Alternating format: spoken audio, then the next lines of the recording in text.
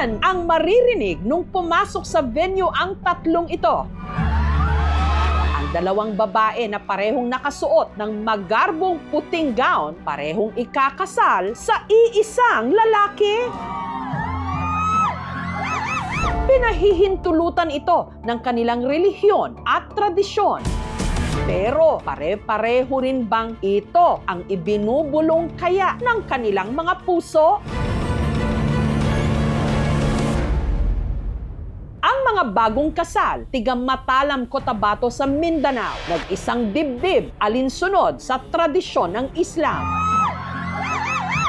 Ang groom, ang 21 anyos na si Abdul, hindi niya tunay na pangalan. Habang ang kanyang mga bride, sina Fatima at Samina, hindi nila mga tunay na pangalan. Ang tawag sa seremonya ng kanilang kasal, kung saan tila naghati sa iisang groom ang dalawang bride, duwaya.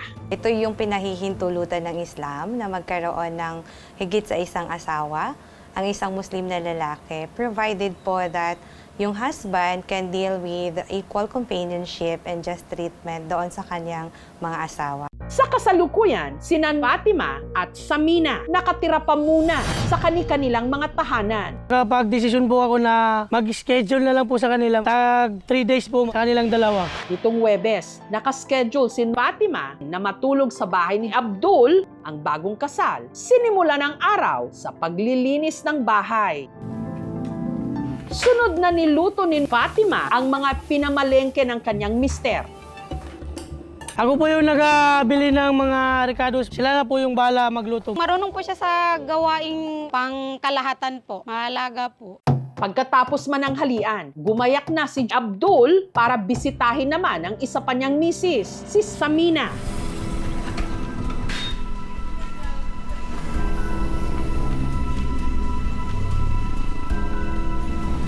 Yung araw na yon, nag-ayos naman sila ng kanilang mga paninda. Tumutulong po siya sa akin sa mga gawaing bahay. Always niya rin po hinihilot yung likod ko kasi syempre masakit po. Ang kwento ng kanilang pag-ibig nagsimula taong 2018 nung nag-cruise ang landas ni Abdul at Fatima sa eskwela. Kaklase po, ma'am. Kaibigan ko rin po yung kaibigan niya. Nung time po na yun, ma'am, may kanduli po sa amin yung ginagawa po pag may patay. Gusto ko na tumulong ka sa amin. Pumayag din po siya. Minsan po, tinutulungan niya po gumawa ng assignment at saka work sa school. Caring at saka, yun na rin, ma'am, maganda. That time po, nagwapuhan po ako sa kanya and cute din po siya. Kinalaunan, naging magkarelasyon na sila.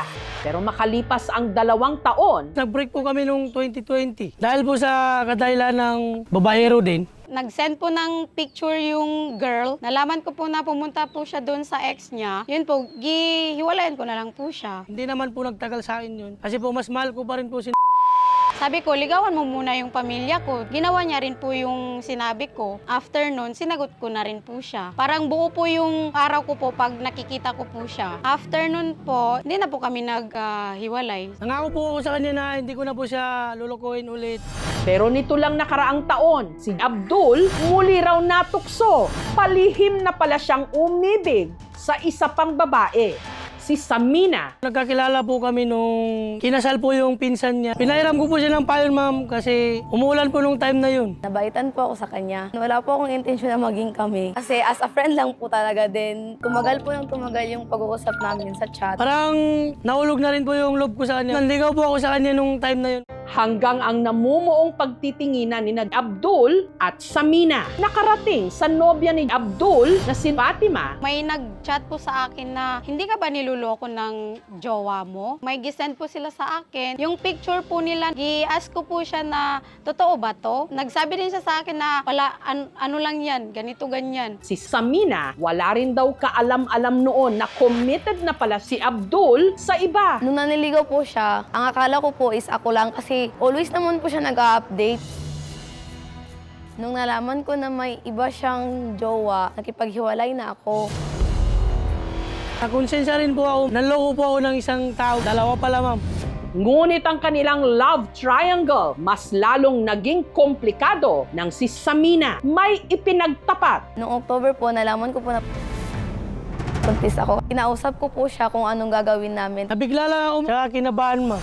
nagsisisi po. Kasi po nag-aaral pa po ako. Hindi ko rin po alam ang gagawin ko kasi wala pa akong isip about sa pag-aasawa. In Islam po kasi, if buntis po yung babae, kailangan po talagang pakasalan para maging halal po yung baby. Yung pagpapakasal after committing zina or yung sexual intercourse prior to valid marriage, hindi po ito obligado doon sa dalawang nagkasala. Ang penalized po sa Sharia ay yung pagkukomit nila ng zina. Kasi hindi po pwede sa amin ang pakikipagtalik sa ibang tao or sa ibang opposite sex nang wala pang valid marriage. Kailangan muna nilang mag-repent, pinahihintulutan ng batas na magpakasal sila on their free will during the pregnancy para maging lehitimong anak yung bata. Nung nalaman ko po yun, ma'am, masakit. Sabi ko, bakit ganito? Bakit sa iba? Bakit hindi sa akin? Dapat ako yun. Alam na po yan na mahal ko po yan siya, ma'am. Hindi ko siya kaya mawala, ma'am. Ayaw ko po talaga na magduwaya po. Mahirap po talaga pag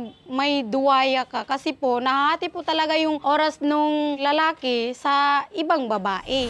May dalawa po na choice na binigay sa akin. Pag hindi po ako papayag, nakita po kami ng matatanda, may penalty po ako. 100K plus po. Pumayag na po ako. Yung pagpapataw po ng mga penalties or consequences ng mga elders ay para din pong ma-minimize yung possible na magiging chaos or makakreate ng redo dun sa both parties.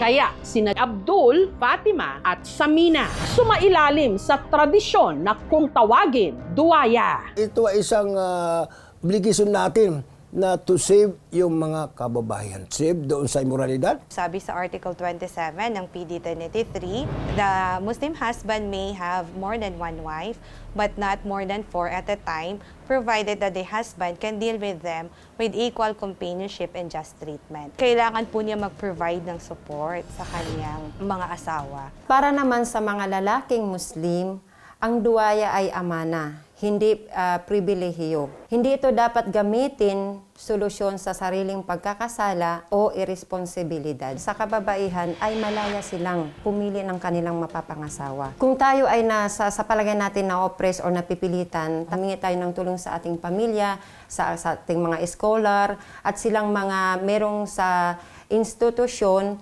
na makapagbigay ng tulong sa atin. Sa ngayon, aminado si Fatima na malamig pa rin ang pakikitungo niya kay Samina. Galit din po ako sa kanya. Nalaman niya rin po may jowa yung boy. Bakit niya pinatulan? Bago ko lang din po talaga nalaman. Sakit din po na medyo nakakagulat kasi akala ko ako lang din. May galit po ako kasi ang sabi niya ako lang ang pakasalan pero naging dalawa man pala. Iniisip ko na lang po na para po sa baby po. Kaya po tinanggap ko na lang po na 3 kami sa relasyon. Ang tatlo, nagharap-harap. Sana wag mo nang ulitin yung mga ginawa mo at sana matuto ka rin sa mga ginawa mo. First of all, tinago mo yan sa atin, pare. When I stalked the girl, I saw the pictures. Then sana, please, maging fair ka sa mga asawa mo. Huwag ka lang dumagdag. Hindi ko masasabi na agad-agad na mapapatawad po. Pero darating din po yung araw na mabago din po yung isip ko na baka mapatawad din kita. Pero hindi pa sa ngayon. Sorry kung nagawa namin ito lahat.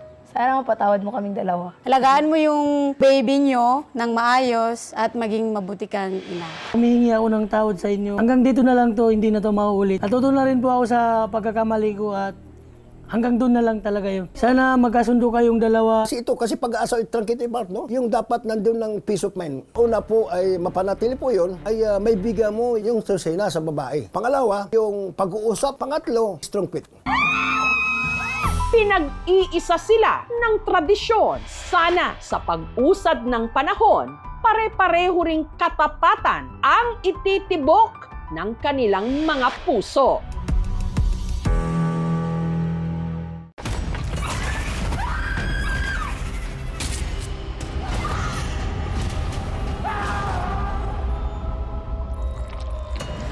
Alangga ko ikaw, Apo. Alangga ko man ikaw, la. Ba't ka nagsiman? Maharap ko to eh. Para kay Lola din. Hindi ko na ho alam, hindi ko naiintindihan kung anong nangyari sa kanya. Wala ka siguro kayong gagawin namin ng lahat para sa kanya. Wala ka ba talaga nakita, Abner? Wala ka narinig? May gumagala na berbalang dito sa atin.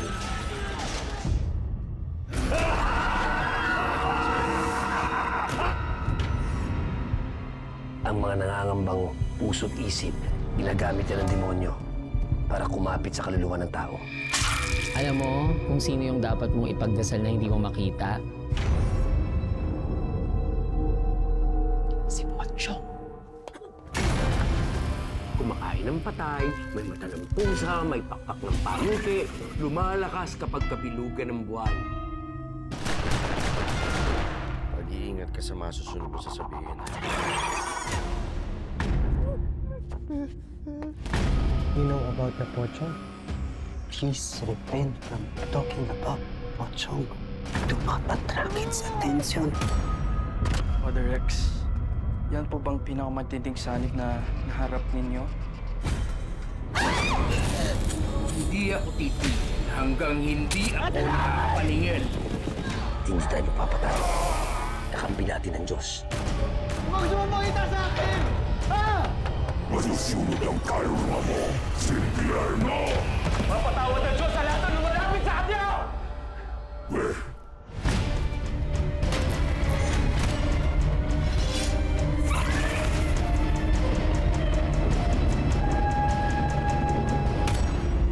Ito po si Jessica Soho at ito ang Gabi ng Lagim.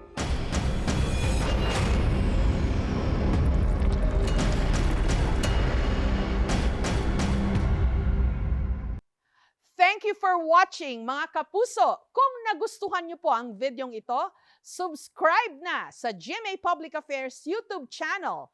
And don't forget to hit the bell button for our latest updates.